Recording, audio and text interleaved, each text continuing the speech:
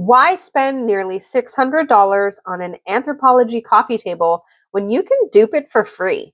I don't usually dupe furniture, but when a friend of mine gave me this coffee table, I had to give it a shot. So come along and watch as I flip this into a stunning designer look-alike. Same aesthetic, zero cost.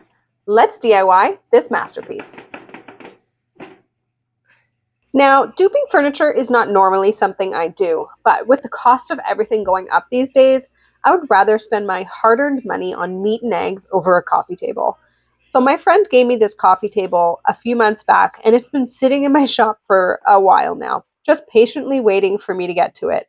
And just recently, I happened to be scrolling through Anthropologie one day, checking out the latest trends, and came across the perfect look for this piece. Meet the Showroom Teak Coffee Table. This piece retails in the US for $598.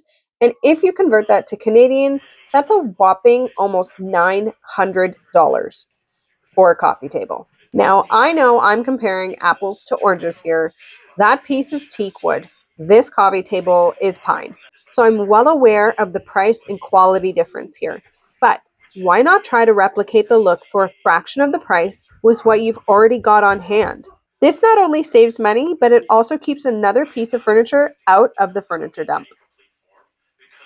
The hardest task right now is for me to remove this white paint that is quite literally everywhere on this piece.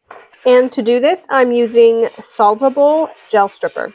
Just the top alone took me 3 rounds of stripper to get about 90% of the white paint off. I don't know what it is about white paint, but it just sticks to furniture like super glue. So if you have a piece that is painted white, don't be surprised when you have to do multiple rounds of stripper to get everything off. After scraping as much of the paint off as I can, I then rinse everything down with some mineral spirits to stop the stripper and clean the wood. And as always, please be careful when working with these products. Make sure to always wear proper PPE. That's gloves, glasses, and a face mask.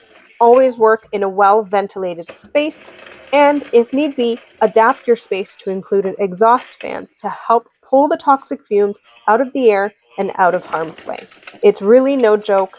Safety first here in these scenarios. You can see why I would use this coffee table though, as it shares a similar profile with the spindled legs and the rectangular shape and size.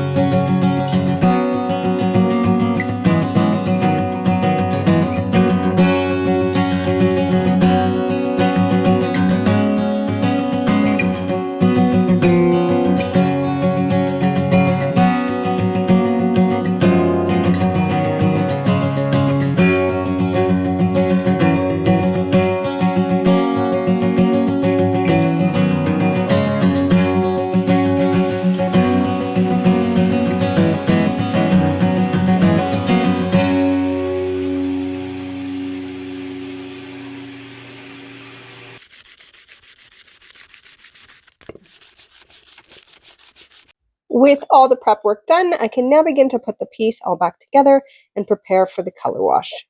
But before I do that, I need to seal the underside of the table first with a polyurethane to protect the new raw wood that was just sanded back. I reattach the skirt frame and I'm ready for the paint wash. For this project, I'm using Fusion Minerals paint in color Algonquin. I water it down in a 70% water, 30% paint ratio, give it a really good stir, and then get started.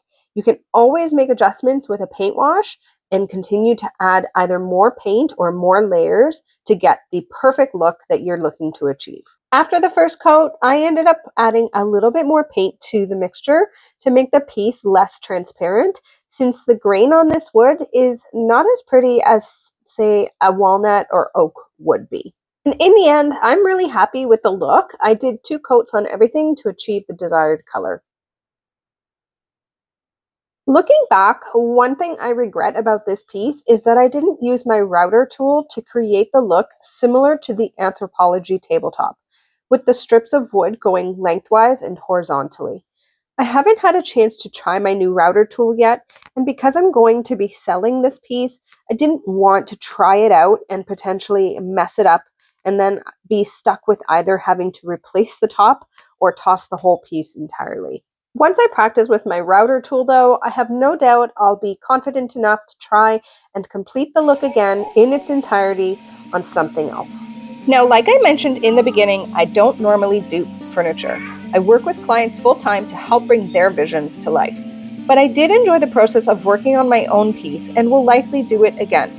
I do regret not adding in the vertical lines on the top to really dupe it, but I'm not going to stress myself out about it as I absolutely love the color and end result. And just to remind you, this is what it looked like before, and now check out the after. As always, thank you all for watching. If you like this kind of content, please hit that subscribe button and like this video, and feel free to leave me a comment below with your thoughts on how I did. What do you think? Should I try to dupe something again? I'm back at work on a huge customer piece, and I can't wait to share it with you all. But until then, thanks for watching this episode, and see you all again very soon. Bye for now.